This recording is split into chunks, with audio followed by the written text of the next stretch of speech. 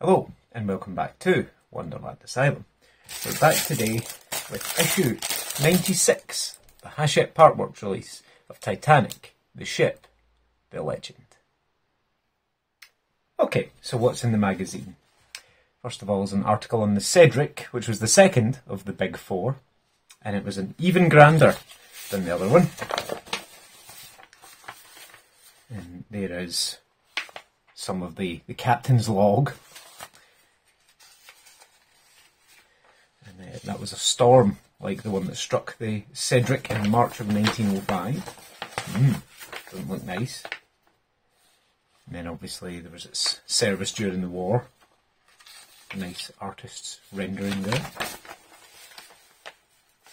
And then an article on the Fiat S76, the Beast of Turin.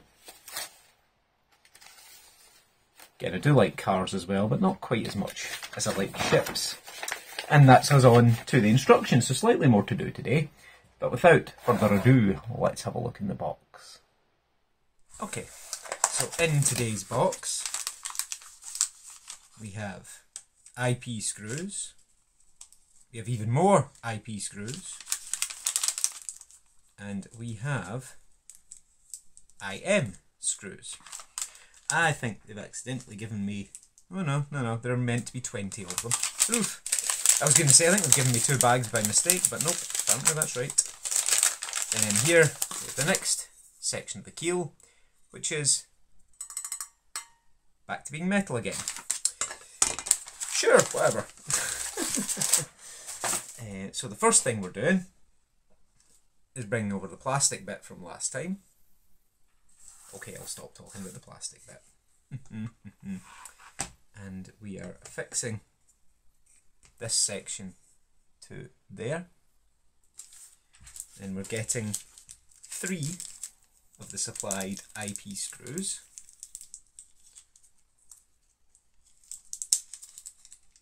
I might as well get them all out because I'm going to need more or less all of them.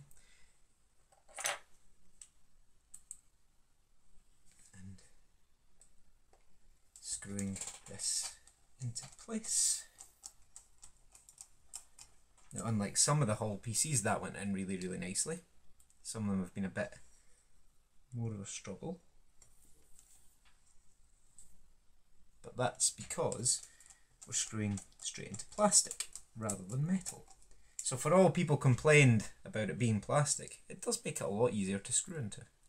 Which I suspect may be why the engine mounting point is plastic, or some of it at least, because it will make it easier to get the screws into without you damaging the engines. But you've got 2 metal ones here, 2 plastic ones here, and I'm assuming they're mounting points for the engine as well.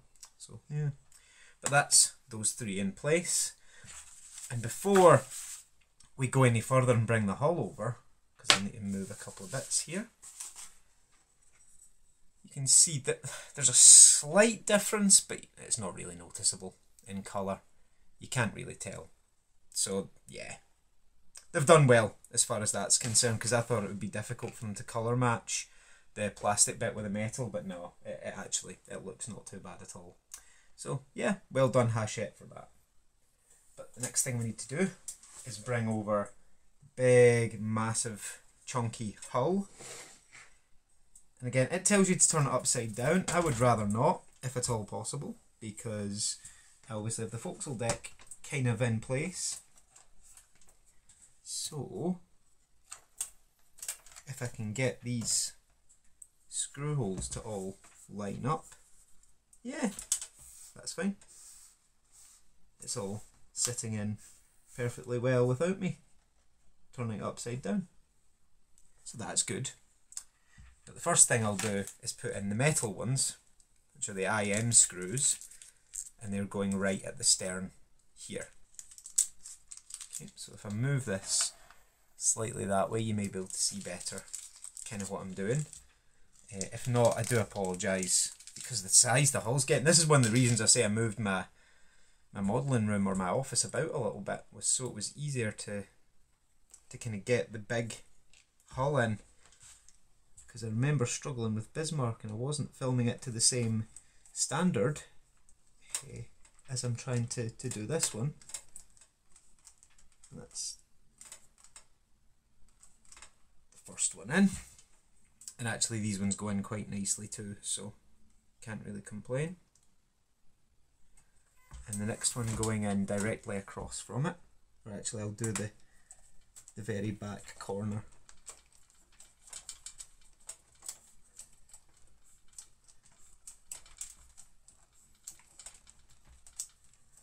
Perfect. Now this corner here.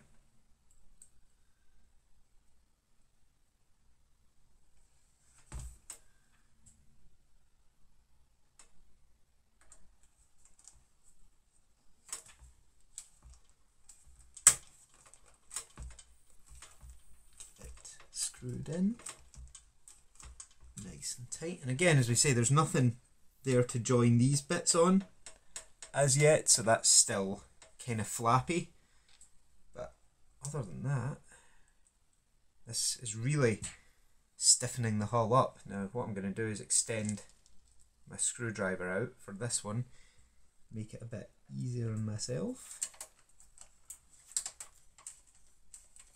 Now this should be the most difficult bit done now, because we're now on to plastic screws. And if you look, you can see, I'll move it along a bit, you can see all of these holes all the way along are getting plastic screws put into them. And they are the IP variety. So I will get some more of them out.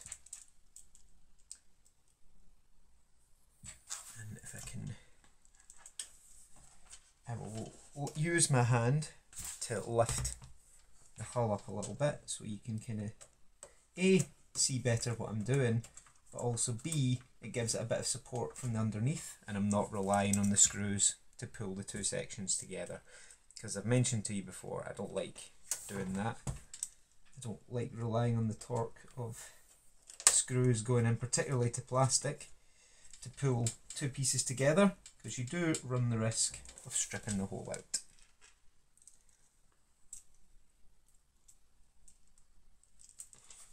There we go.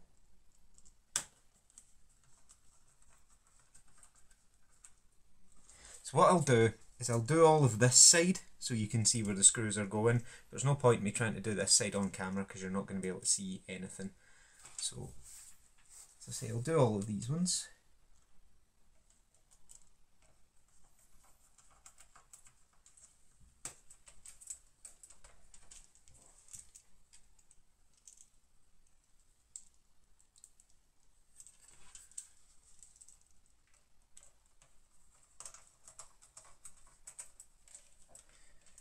Yeah, I'm pleased they've supplied this bit now because it kind of closes the hull up. Because I mentioned before I was quite worried about it being a bit exposed. But no, it's closed it up nicely now, so it should provide a bit more rigidity and hopefully keep it safe from any possible damage. Okay.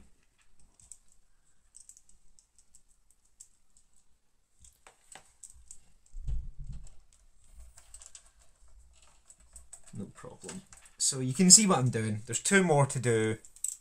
I'll move the ship along again. There's two more there and there, and then the other side. So I'll get them done because I need to open the new bag, and I'll be back in just a moment. Okay, so that's us all done with the screws, and that's us all done with this issue. I think you'll agree that's a little bit more to do than the last one, but yeah, it's certainly made a massive impact to the hull itself. So yeah, very chuffed with that. So just as a little bonus, I've kind of sat the bridge deck where it's going to go. You can see the portholes, they kind of light up, but there is where the engines are going to sit. I've kind of mocked them up on their mounting point. So yeah, that is what that's looking like, and that tells you roughly how much hull we've got to still go. So probably the sections we get next month, and then we'll have the actual poop deck itself, like the rear section. Yeah, that's what she's looking like at the moment. I think that looks absolutely fantastic. Really chuffed with that. So that's us for issue 96. What's coming in issue 97? The next section of the port hull. And that closes us off for this month. So in mid-January, I think, we'll be getting 97, 98, 99 and 100. And I do believe they're all hull. So again, that's going to extend this back part out to about here. I think that's coming close to the end of the ship. But yeah, you can see there, you can see the bilge keels, they look fantastic. Goes along, and as I say, I've got the forecastle deck fitted. You're now getting, look at the scale, the size and scale of her. She is absolutely splendid.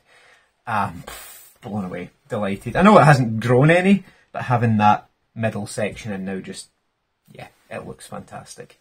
But yeah, I'm thinking, you know, we're going to have to start fitting decks together soon, because we've now got the hull, we've got the full of the bridge deck, which isn't fixed, we've got the full of the promenade deck, which isn't fixed to the bridge deck, and we've got the full of the boat deck, which isn't fixed to the promenade deck. So we've got a lot of big pieces just kind of sitting around, perched on top of each other. So hopefully we'll start putting stuff together in the not too distant future. But we'll need to wait and see. As I say, I think the next one is all hull pieces. But yeah, so any feedback, comments, criticisms, drop them down below. Do leave us a like and do subscribe to the channel for future Titanic and future U-boat content, which will be coming soon. As I say, I have the next 4 stages of the U-boat there now too. But yeah, thanks as always for watching, and as usual guys, peace out everyone.